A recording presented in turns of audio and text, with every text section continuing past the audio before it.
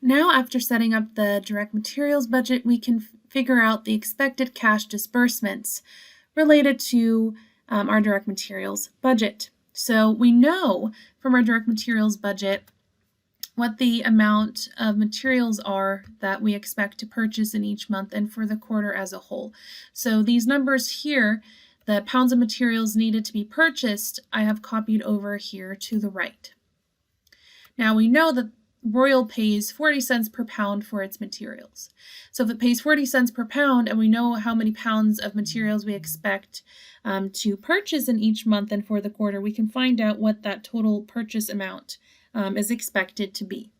So for example, for April, we just found that we anticipate we will need to purchase 140,000 pounds of raw materials in April. Well, if it costs 40 cents per pound, we're just going to take the 140,000 pounds of raw materials times the cost of 40 cents per pound to see that the total cost or the total purchase amount here for materials in April is $56,000.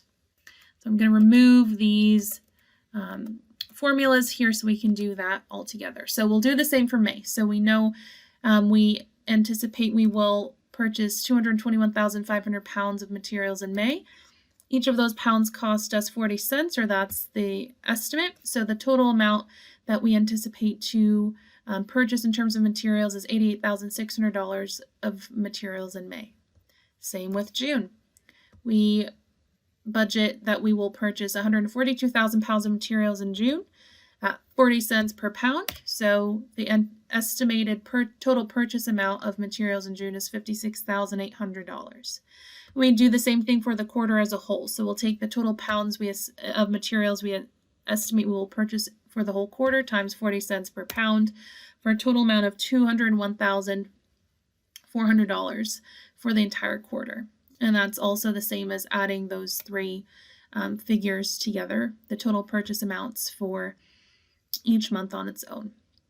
So now we're trying to figure out, okay, if that's the total amount that we're going to be purchasing in each month, how much of that are we paying in cash each month? So Royal says that half of the month's purchases are paid in the month of purchase, and the other half is paid in the following month. And it says here that March 31st, its account payable balance was $12,000, and that total amount would be paid in April now, because that would be the other half of that payable for March, or the end of March. So how much of April's purchases of $56,000 would we pay in April? Well, half of it. That's how Royal does it. They pay half this month and half the next month. So we know that in April we anticipate to make total materials purchases of $56,000, and half of that will be paid in cash in that month. So we're going to take 50% of the $56,000 to see that, okay, in April, not only will we pay $12,000 off on the purchases from March, but we will also pay $28,000 due to purchases in April. Now, the total cash disbursements then for April is $40,000 here, because we take the $12,000 plus the $28,000 to determine that our total cash disbursements for April is $40,000. Now we're going to do the same for the month of May. So how much cash do we expect will be disbursed in May for purchases made in May, and then also purchases that were made in April? Because remember, with Royal, they pay half of their purchases in the month of purchase and the other half in the following month. So first, let's figure out how much of April's purchases will finally be paid in May. Well, we know that's half.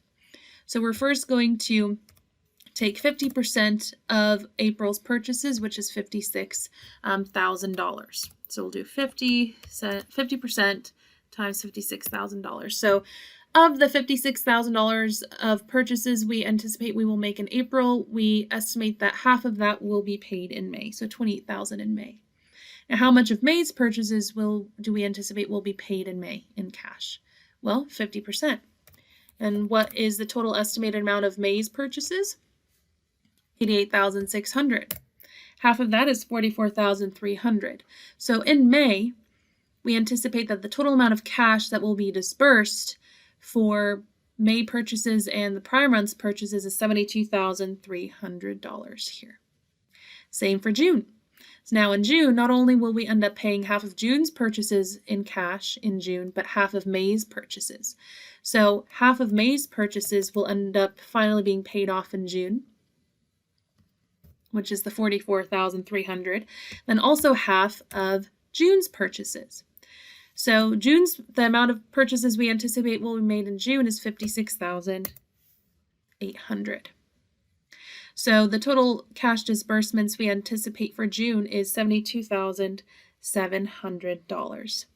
So if we take the total cash disbursements estimated for each month, we can add all of those together to determine that the total cash disbursements for the quarter are estimated to be $185,000. Now, by the time we end the quarter, end June, half of June's purchases still have not yet been paid. So half of the $56,800 is still owed. So half of that, which is $28,400, that's the ending accounts payable balance as of June 30th. So that's important for when we set up the budgeted balance sheet in a little bit. So that is how you determine the expected cash disbursements for materials purchases. Next, we will set up a direct labor budget.